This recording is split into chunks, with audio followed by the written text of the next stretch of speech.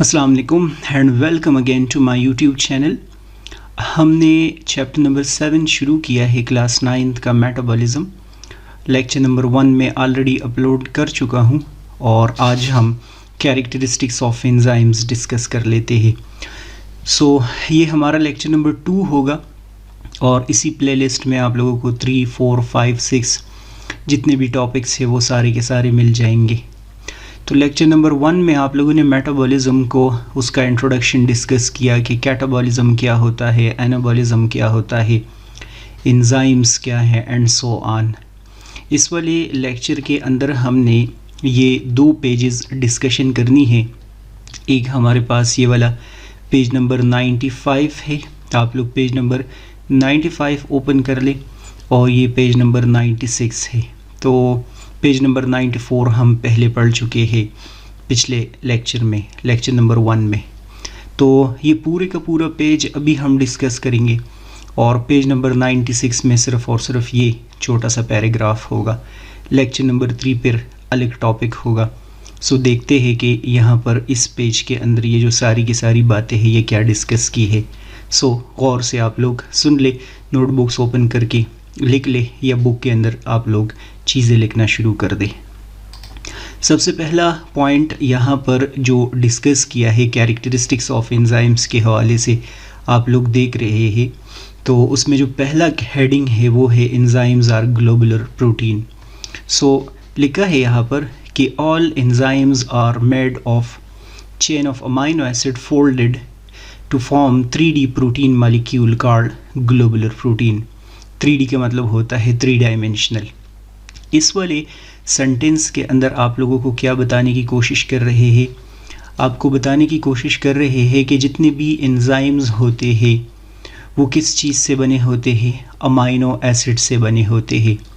और वो amino acid ऐसे एक लाइन में नहीं अरेंज होते कि बस सीधे लाइन में अरेंज हो जाए और लंबा एक फाइबर बना दे। नहीं, ऐसे नहीं होता। वो अमाइनो एसिड फोल्ड होते हैं, फोल्डेड शेप में मौजूद होते हैं और जब वो फोल्ड हो जाते हैं तो वो एक 3 डायमेंशनल स्ट्रक्चर बना देते हैं और इस 3 डायमेंशनल स्ट्रक्चर को अब हम ग्लोबुलर प्रोटीन बोलते हैं। मैंने पिछले लेक्चर में भी आप लोगों को बताया था कि अगर प्रोटीन ऐसे लॉन्ग फॉर्म में हो तो उसको हम फाइब्रस प्रोटीन बोलते हैं और ऐसे अगर स्फेरिकल फॉर्म में एग्जिस्ट करता हो तो फिर हम इसको ग्लोबुलर प्रोटीन बोलते हैं। तो आप लोग बोलेंगे कि एंजाइम्स ग्लोबुलर प्रोटीन होते हैं, ग्लोब के फॉर्म में होते हैं, स्फेरिकल होते हैं, फाइबर के फॉर्म में नहीं होते। नेक्स्ट पॉइंट मैंने नोट किया है कि few enzymes are RNA in nature called ribozyme. इस वाली लाइन के ऊपर आप लोगों ने स्टार लगाना है, पेपर में आएगा।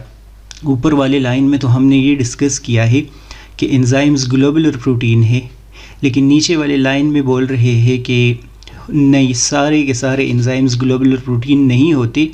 कुछ एंजाइम्स ऐसे भी होते हैं जो आरएनए से बने होते हैं और अगर एक एंजाइम आरएनए से बना होता है तो ऐसे एंजाइम को हम राइबोजाइम बोलते हैं। हम उसको क्या बोलते हैं? राइबोजाइम। एग्जामिनर आप लोगों से ये क्वेश्चन पूछ सकता है कि वो कौन से एंजाइम्स हैं जो आरएनए से बने होते हैं, तो आप बोलेंगे कि राइबोजाइम एंजाइम आरएनए से बने होते हैं। नेक्स्ट डिस्कस किया है enzyme increase the rate of reaction. Enzyme का काम क्या होता है? किसी रिएक्शन के स्पीड को बढ़ाना होता है, जो हम पहले पढ़ चुके हैं ऑलरेडी। यहाँ पर लिखा है कि रिएक्शन में initiate without the involvement of enzyme but it will be extremely slow and may take months और years to complete the reaction. मैंने आप लोगों को पिछले लेक्चर में भी बताया था, आप लोगों ने डिस्कस किया था कि एंजाइम का काम होता है रिएक्शन के स्पीड को ट्रेमेंडसली इंक्रीज़ करना, मिलियंस ऑफ टाइम्स किसी रिएक्शन के स्पीड को इंक्रीज़ करना। तो इस वाले सेंटेंस के अंदर आप लोगों को बताया है कि ऑल्दो अगर एंजाइम नहीं हो फिर भी रिएक्शन हो सकता है, फिर भी रिएक्शन शुरू भी हो सकता है और ख़त्म भी हो सकता है, लेकिन असल में वो रिएक्शन इंतहाई ज़्यादा स्लो होगा। इतना ज़्यादा स्लो होगा कि या तो उसमें मंथ्स लग जाएंगे या उसमें ईयर्स लग जाएंगे। मैंने आप लोगों को बताया था कि ऐसे भी रिएक्शंस है जो एंजाइम के बग़ैर बिलियंस ऑफ ईयर्स में अकर हो जाएंगे। लेकिन अगर एंजाइम ऐड कर दे तो वो सेकंड्स के हिसाब से अकर हो जाएंगे। सो एंजाइम क्या करते हैं, किसी भी रिएक्शन के स्पीड को आप लोग बोलेंगे इंक्रीज़ कर रहे होते हैं। The enzyme speed up the reaction millions of times faster as compare to non enzymatic reaction. चलो ये बात आप लोगों को पहले भी मैंने बताई थी कि एंजाइम जो रिएक्शन के स्पीड को इंक्रीज़ करते हैं वो थोड़ा थोड़ा नहीं इंक्रीज़ करते, बल्कि मिलियंस ऑफ टाइम्स उसको इंक्रीज़ कर रहे होते हैं। नॉन एंजाइमेटिक रिएक्शंस में ईयर्स लग जाएंगे, लेकिन एंजाइमेटिक रिएक्शन अगर आप एंजाइम ऐड करते हैं तो वो सेकंड्स के हिसाब से, सेकंड से भी कम टाइम में अकर हो जाएगा। सो ये एंजाइम का दूसरा कैरेक्टरिस्टिक है। It is important to know that enzyme only speed up a chemical reaction and do not start a chemical reaction. ये बात खैर कोई इतनी इम्पॉर्टेंट बात नहीं है, आप लोगों के पेपर के लिए इतना पता होना चाहिए कि एंजाइम का काम होता है स्पीड को बढ़ाना। रिएक्शन नॉर्मली ये नहीं शुरू करते होते, रिएक्शन आप बोलेंगे कि ख़ुद बहुत शुरू हो रहा होता है जब भी एंजाइम के साथ सबस्ट्रेट अटैच हो जाता है, ऐड हो जाता है। नेक्स्ट पॉइंट डिस्कस किया है, enzymes are required in small quantity. लिखा है कि स्ट्रक्चर ऑफ एंजाइम में slightly change during reaction but they regain their actual shape so they remain unchanged at the end of the reaction. इस sentence के अंदर आपको बता रहे हैं कि जितने भी एंजाइम जब रिएक्शन के दौरान यूज़ हो रहे होते हैं तो लिखा है कि वो एंजाइम के ऊपर कोई असर नहीं पड़ता, वो अनचेंज्ड रहेंगे, वो डैमेज नहीं होते। ऑल्दो थोड़ी देर के लिए रिएक्शन के दौरान उनका जो शेप है वो थोड़ी देर के लिए चेंज तो हो जाता है, लेकिन उनका स्ट्रक्चर परमानेंटली डैमेज नहीं होता, वो वापस उसी शेप में आ जाते हैं। इसका मतलब हो गया कि एंजाइम किसी रिएक्शन के दौरान कंज्यूम नहीं होते, खर्च नहीं होते, ज़ाया नहीं होते। इस सेंटेंस के अंदर ये आपको बताने की कोशिश कर रहे हैं कि एंजाइम खर्च नहीं होते, कंज्यूम नहीं होते। नेक्स्ट लिखा है they can be used repeatedly. Thus, a very small quantity of enzyme is capable of catalyzing huge amount of substances या huge amount of substrate. So, ये बात आप लोगों को याद होनी चाहिए कि enzymes can be used again and again. Examiner अगर इनके हिसाब से पूछता है कि why enzymes are used again and again, तो आप लोग बोलेंगे enzymes इस वजह से again and again यूज़ हो सकते हैं क्योंकि आप लोग डिस्कस करेंगे वो रिएक्शन के दौरान अनचेंज्ड रहते हैं, रिएक्शन के दौरान उनके शेप या स्ट्रक्चर के ऊपर कोई असर नहीं पड़ता, कोई प्रॉब्लम उसके लिए नहीं होता। रिएक्शन में एक दफ़ा यूज़ हो जाएंगे, फिर उनका शेप आ जाएगा और दोबारा यूज़ होना शुरू हो जाएंगे। तो अगर हमारे पास स्मॉल क्वांटिटी ऑफ एंजाइम भी मौजूद हो, थोड़े से एंजाइम्स भी मौजूद हो, तो वो हर रिएक्शन को क्या कर सकते हैं, कैटलाइज कर सकते हैं। पेपर में अगर इनकेस आता है कि why enzymes are required in small quantity, तो आप लोग ये दो सेंटेंसेस लिखेंगे। आप लोग बोलेंगे because they are used again and again and they are not consumed in a chemical reaction. Next point discuss किया है enzymes are specific. Enzymes are specific का मतलब होता है कि स्पेसिफिक सबस्ट्रेट के ऊपर सिर्फ और सिर्फ स्पेसिफिक एंजाइम ही एक्ट कर सकता है। तो यहाँ पर डिस्कस किया है कि enzymes are usually very specific, so catalyze only one type of reaction and it will not act on different substrate. For example, amylase will act only on starch and not on protein or fats. याद रखना है आप लोगों ने कि जितने भी enzymes होते हैं वो आप लोग डिस्कस करेंगे कि हमेशा स्पेसिफिक होते हैं, हमेशा किसी स्पेसिफिक सब्सटेंस पे आप लोग बोलेंगे कि वो एक्ट कर रहे होते हैं। सपोज़ करते हैं फॉर वाइल मैं यहाँ पर आप लोगों को आइडिया देता हूँ कि एमाइलेज एक एंजाइम का नाम है। अगर एग्जामिनर आपसे पूछता है कि ये क्या चीज़ है, आप बोलेंगे ये एक एंजाइम है। वो बोलेगा कि एमाइलेज एंजाइम किस चीज़ को डाइजेस्ट करता है, आप बोलेंगे कि ये स्टार्च को डाइजेस्ट करता है। एमाइलेज एंजाइम याद रखेंगे आप लोग कि ये प्रोटीन को डाइजेस्ट नहीं कर सकता, ये लिपिड्स को डाइजेस्ट नहीं कर सकता, ये सिर्फ और सिर्फ स्टार्च को डाइजेस्ट कर सकता है। तो चूँकि एमाइलेज सिर्फ और सिर्फ एक ही चीज़ को डाइजेस्ट कर सकता है, तो हम बोलेंगे एंजाइम्स हाईली स्पेसिफिक होते हैं इन देयर वर्किंग। ठीक है, हमारा क्या टॉपिक चल रहा है, हम पढ़ रहे हैं कैरेक्टरिस्टिक्स ऑफ एंजाइम। तो पहला कैरेक्टरिस्टिक क्या है कि they are protein in nature, लेकिन कुछ एंजाइम्स आरएनए के भी बने हो सकते हैं। ये किसी रिएक्शन के स्पीड को मिलियंस ऑफ टाइम्स क्या करते हैं, इंक्रीज़ कर रहे होते हैं। एंजाइम स्मॉल अमाउंट में चाहिए होते हैं क्योंकि ये रिएक्शन में कंज्यूम नहीं होते और अगेन एंड अगेन यूज़ हो सकते हैं। ये इंतहाई ज़्यादा स्पेसिफिक होते हैं। हर एंजाइम हर रिएक्शन पे एक्ट नहीं कर रहा होता, बल्कि हर एक एंजाइम के लिए स्पेसिफिक सबस्ट्रेट होना चाहिए ताकि वो अपनी वर्किंग कर सके। ये चार कैरेक्टरिस्टिक्स यहाँ तक हो गई। आगे डिस्कस किया है कि सम एंजाइम्स रिक्वायर्स कोफैक्टर। यहाँ आप लोगों ने ये तो डिस्कस किया कि एंजाइम प्रोटीन इन नेचर है या आरएनए इन नेचर है, लेकिन वो वाली बात थोड़ी देर के लिए यहाँ पर चेंज कर रहे हैं कि एंजाइम्स आल्सो रिक्वायर्स कोफैक्टर। यहाँ पर लिखा भी है कि many enzymes require an additional non component for proper functioning called cofactor. इस वाले सेंटेंस के अंदर जो डेफिनेशन किया है वो असल में कोफैक्टर के हवाले से किया है और बहुत ज़्यादा ज़रूरी है आप लोगों के लिए। आप लोग बोलेंगे कि some enzyme requires a non protein part and that non protein part is called cofactor. Non protein part of an enzyme को हम क्या बोलेंगे, आप लोग बोलेंगे इसको हम कोफैक्टर बोलते हैं।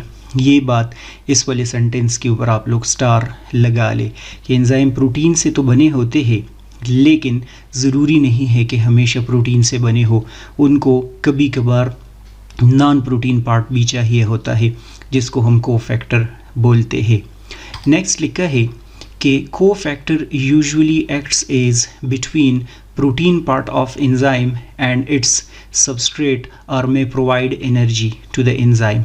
इन केस अगर पेपर में आता है कि why enzymes require non protein part, why enzymes require cofactor, तो आप लोग ये वाला जो सेंटेंस है ये आंसर कर देंगे। आप लोग बोलेंगे इस वजह से, सपोज करते हैं फॉर वाइल ये हमारे पास एक एंजाइम है, तो आप लोग बोलेंगे कि ये जो कोफैक्टर होता है ये ब्रिज के तौर पर एक्ट करता है। यहाँ पर आप लोग सपोज कर ले फॉर वाइल कि ये क्या है, ये एक सबस्ट्रेट है, तो इस सबस्ट्रेट को यहाँ पर ऐड करना है। अब ये यहाँ ऐड नहीं हो सकता तो कोफैक्टर आ जाएगा और कोफैक्टर क्या करेगा, इस सबस्ट्रेट को ऐड करने में हेल्प करना शुरू कर देगा। तो ये एंजाइम है, ये कोफैक्टर है और ये सबस्ट्रेट है। सो कोफैक्टर हमेशा क्या करता है, एंजाइम और सबस्ट्रेट को एक दूसरे के साथ कनेक्ट करने में हेल्प कर रहा होता है। There are 3 types of cofactors. अभी जो मैं डिस्कशन करने लगा हूँ इसके ऊपर स्टार लगा ले, बहुत ज़्यादा ज़रूरी है आप लोगों के लिए। एंजाइम्स को जो कोफैक्टर चाहिए होते हैं या जो आप लोग बोलते हैं नॉन प्रोटीन पार्ट चाहिए होता है, वो 3 टाइप्स का होता है। तो ये 3 टाइप्स हमने डिस्कस करने हैं कि कौन कौन से टाइप्स इनको चाहिए होते हैं। पहला लिखा है activator. Some enzymes require detachable inorganic as cofactor called activator such a zinc, iron, copper and chloride. ये बात आप लोग इसके ऊपर स्टार लगा ले। पेपर में अगर इन केस आता है कि एक्टिवेटर्स क्या होते हैं, तो आप लोग बोलेंगे कि ये कोफैक्टर होते हैं। पहली बात वो बोलेंगे कि ये कोफैक्टर कैसे होते हैं, आप बोलेंगे कि ये इनऑर्गेनिक आयंस होते हैं, इनऑर्गेनिक चीज़ें होते हैं। और आप ये भी बोलेंगे कि ये एंजाइम के साथ परमानेंटली अटैच नहीं होते, डिटैचेबल होते हैं। डिटैचेबल का मतलब है एंजाइम के साथ सिर्फ और सिर्फ वर्किंग के दौरान अटैच होंगे, लेकिन वहाँ से फिर क्या हो जाएंगे, डिटैच हो जाएंगे, अलग हो जाएंगे। एग्जामिनर अगर इन केस आपसे पूछता है कि मुझे आप एक्टिवेटर के एग्जाम्पल्स बताओ, तो आप बोलेंगे कि जिंक आयन है, आयरन है, इसके साथ साथ कॉपर है। ये स्टार लगे हैं इसको पॉजिटिव आप लोग कर दिए, ये सारे के सारे पॉजिटिव्स है। सो ये सारे क्या है, ये है एक्टिवेटर। सो एक्टिवेटर क्या चीज़ है, नॉन प्रोटीन पार्ट है, इनऑर्गेनिक आयन होता है और डिटैचेबल होता है। एंजाइम के साथ आप लोग बोलेंगे परमानेंटली अटैच नहीं होता। इसके बाद डिस्कस किया है कि इसका एग्जाम्पल कहाँ यूज़ हो रहा है। For example, activity of salivary amylase is increased in the presence of chloride ion. salivary amylase आप लोग बोलेंगे कि ये क्या होता है, ये एक एंजाइम होता है। आपसे अगर इनकेस कोई पूछता है ये कहाँ पाया जाता है, आप बोलेंगे ये हमारे ओरल कैविटी में पाया जाता है। बोलेगा कि ये एंजाइम हमारे ओरल कैविटी माउथ में क्या करता है, आप बोलेंगे ये स्टार्च डाइजेस्ट कर रहा होता है। वो आपसे पूछेगा कि इस सिलायरी एमाइलेज के लिए कोफैक्टर कौन सा चाहिए होता है, आप बोलेंगे इसके लिए क्लोराइड आयन चाहिए होता है। सो सिलायरी एमाइलेज माउथ में होता है, स्टार्च को डाइजेस्ट करता है, और इसके लिए जो कोफैक्टर चाहिए वो क्लोराइड आयन चाहिए, जो कि असल में एक एक्टिवेटर होता है। नेक्स्ट जो डिस्कस किया है कोफैक्टर का टाइप, हुआ है प्रोस्थेटिक ग्रुप।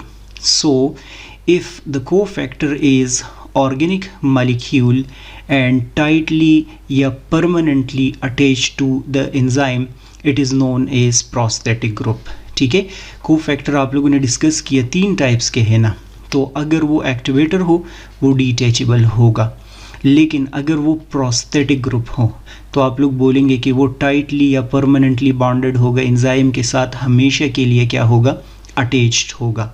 वो आप लोगों ने डिस्कस किया एक्टिवेटर के वो इनऑर्गेनिक आयन होता है, और प्रोस्थेटिक ग्रुप आप लोग बोलेंगे कि ये क्या होता है, ये ऑर्गेनिक मॉलिक्यूल होता है। ये इसमें डिफरेंसेस आप लोगों को पता होने चाहिए। वहाँ आप लोगों ने डिस्कस किया कि क्लोराइड आयन इसके एग्जाम्पल है।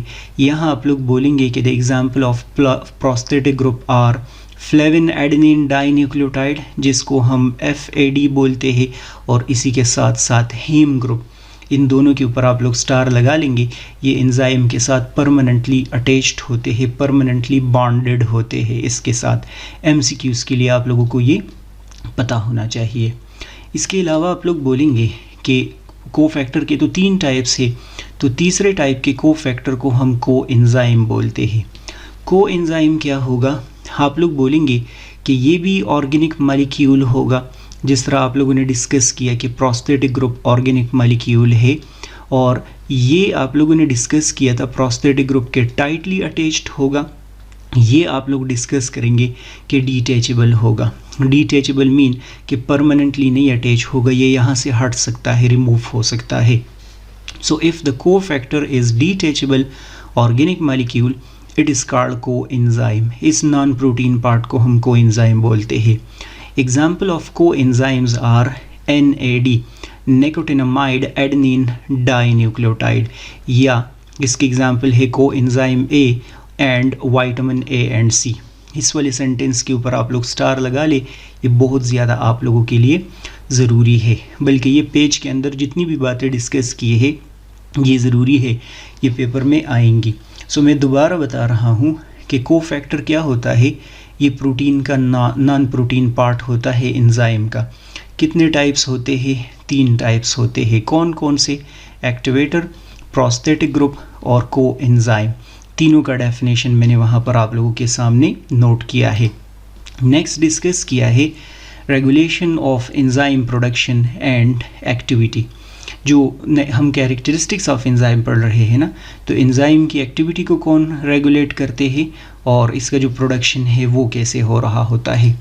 Synthesis of enzyme within the cell can be increased और decreased by cell according to the requirement. मैंने आप लोगों को लास्ट लेक्चर में क्या बताया था कि एंजाइम को कौन बना रहा होता है, तो आप लोगों ने पढ़ा था कि एंजाइम को बना रहा होता है जीन इन एंजाइम्स को बनाते हैं। तो फ़र्ज़ करते हैं कि अगर एक सेल को ज़्यादा एंजाइम चाहिए तो वो क्या कर देगा, एंजाइम के प्रोडक्शन को इंक्रीज़ कर देगा। अगर इनकेस किसी सेल को कम एंजाइम चाहिए तो उसके प्रोडक्शन को क्या कर देगा, डिक्रीज़ कर देगा। ये मैंने आप लोगों को पहले भी बताया था कि ये किस चीज़ पे डिपेंड करता है, सेल के वर्किंग पे या सेल के एक्टिविटी पे डिपेंड करता है कि वो कौन से टाइप की एक्टिविटी कर रहा है। सो ये क्या है, ये कैरेक्टरिस्टिक ऑफ एंजाइम है। नेक्स्ट पॉइंट डिस्कस किया है कि enzyme activity can be regulated by inhibitor और एक्टिवेटर विद इन और from out of the cell. ये वैसे सेंटेंस के अंदर पता नहीं क्या है, लेकिन आप लोग बोलेंगे कि इनहिबिटर ऐसे सब्सटेंसेस को बोलते हैं जिनको हम बोलते हैं कि वो एंजाइम की एक्टिविटी को क्या करते हैं, ब्लॉक करते हैं, और एक्टिवेटर हम उन सब्सटेंसेस को बोलते हैं जो एंजाइम की एक्टिविटी को क्या करते हैं, इंक्रीज कर रहे होते हैं। So enzyme activity is regulated by inhibitor. इसका मतलब हो गया कि एंजाइम की एक्टिविटी को ये ब्लॉक करेंगे आर एक्टिवेटर, और ये एंजाइम की एक्टिविटी को क्या कर रहे होते हैं, इंक्रीज़ कर रहे होते हैं। ये दो डेफिनेशंस बाद में भी आएंगे, ये आप लोगों को याद होने चाहिए।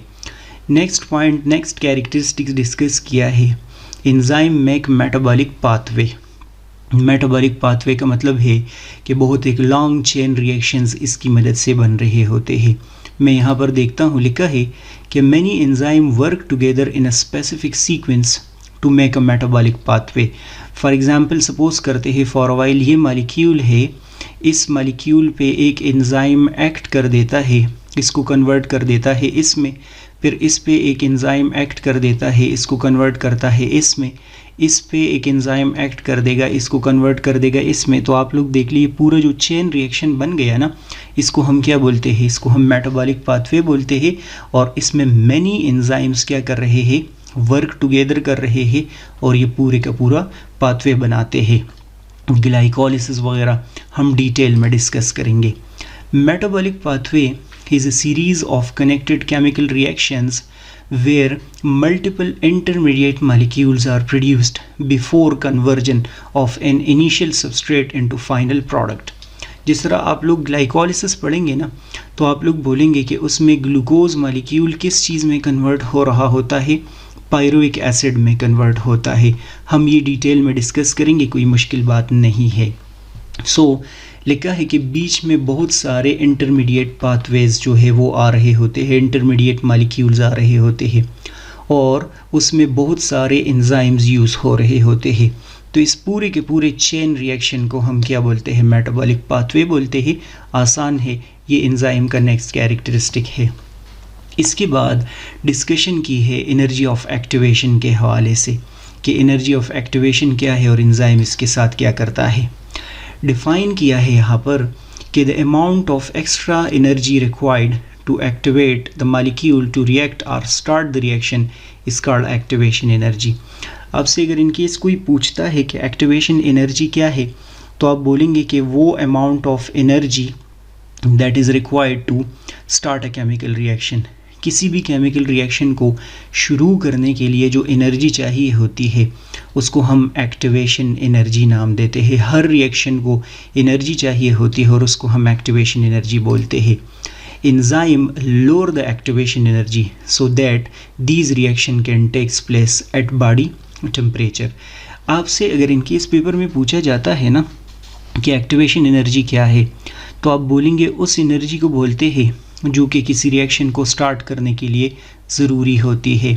वो आपसे पूछेगा कि एक्टिवेशन एनर्जी के साथ एंजाइम क्या करता है, तो आप बोलेंगे एंजाइम एक्टिवेशन एनर्जी को हमेशा कम कर देता है। और जब एक्टिवेशन एनर्जी कम हो जाएगी तो वो जो रिएक्शन है वो बॉडी के अंदर अकर हो जाएगा। फ़र्ज़ करते हैं जो रिएक्शन 100 डिग्री सेल्सियस पे अकर होता है, एंजाइम उसके लिए टेम्परेचर को कम करके 37 डिग्री सेल्सियस पे अकर होना शुरू हो जाएगा। तो हमारे बॉडी में वैसे भी 37 डिग्री सेल्सियस टेम्परेचर होता है ना, सो एंजाइम इसको क्या करता है, रेगुलेट कर रहा होता है। एंजाइम कैसे एक्टिवेशन एनर्जी को कम करता है, ये सवाल है कि 100 डिग्री सेल्सियस पे एक रिएक्शन अकर हो रहा था, तो एंजाइम कैसे उसको 37 डिग्री सेल्सियस पे करवाना शुरू कर देता है। सो लिखा है कि enzyme lower the activation energy by changing shape and charge of the substrate. जिस चीज़ पे अगर इनके इस पेपर में आता है कि how enzyme lower activation energy, तो आप लोग ये वाला पैराग्राफ जो है वो लिखेंगे। क्वेश्चन क्या होगा, how enzyme lower activation energy. ठीक है, एक्टिवेशन एनर्जी जो है वो कैसे कम कर रहे होते हैं आप लोग बोलेंगे by changing shape and charge of the substrate. Shape उसका चेंज कर देते हैं, चार्ज डिफरेंट कर देते हैं। दूसरा, एंजाइम में provide entirely different mechanism of reaction to lower the activation energy. और भी तरीक़े हैं जिसकी मदद से ये एक्टिवेशन एनर्जी को कम कर सकते हैं। सो 8 कैरेक्टरिस्टिक्स आप लोगों ने एंजाइम के हवाले से डिस्कस किए हैं। उसमें आप लोगों ने पढ़ा कि एंजाइम्स ग्लोबुलर प्रोटीन है, एंजाइम्स स्पेसिफिक इन वर्किंग होते हैं, और एंजाइम्स आप लोगों ने डिस्कस किए कि मेटाबॉलिक पाथवेज को रेगुलेट करते हैं और इनको को फैक्टर चाहिए होता है, एक्टिवेशन एनर्जी को कम कर रहे होते हैं। इसके बाद आप लोगों ने डिस्कस किया कि सेल के रिक्वायरमेंट पे डिपेंड करता है कि कौन से एंजाइम उसको चाहिए, वो अपने लिए बना देते हैं।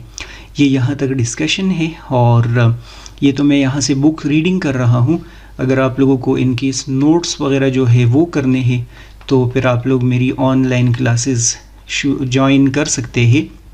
ऑनलाइन क्लासेस में मैं अपने नोट्स जो है वो आप लोगों को पढ़ाता हूँ और दूसरी बात ये है कि उसमें मैं लिखता हूँ, ये बुक वाली लाइंस में नहीं एक्सप्लेन करता, वो थोड़ी सी डिफरेंट अंदाज में होती है, तो वो आप लोगों की अपनी मर्ज़ी है। बाकी आप लोग लाइक सब्सक्राइब शेयर ज़रूर कर ले अपनी क्लास के साथ, अपने फ्रेंड्स के साथ, अपनी फैमिली मेम्बर्स के साथ। काका खेल बायोलॉजी को आप लोग लाइक करें, सब्सक्राइब एंड शेयर कर ले। नेक्स्ट वीडियो लेक्चर आप लोग देखेंगे। गुड बाय, अल्लाह हाफिज़।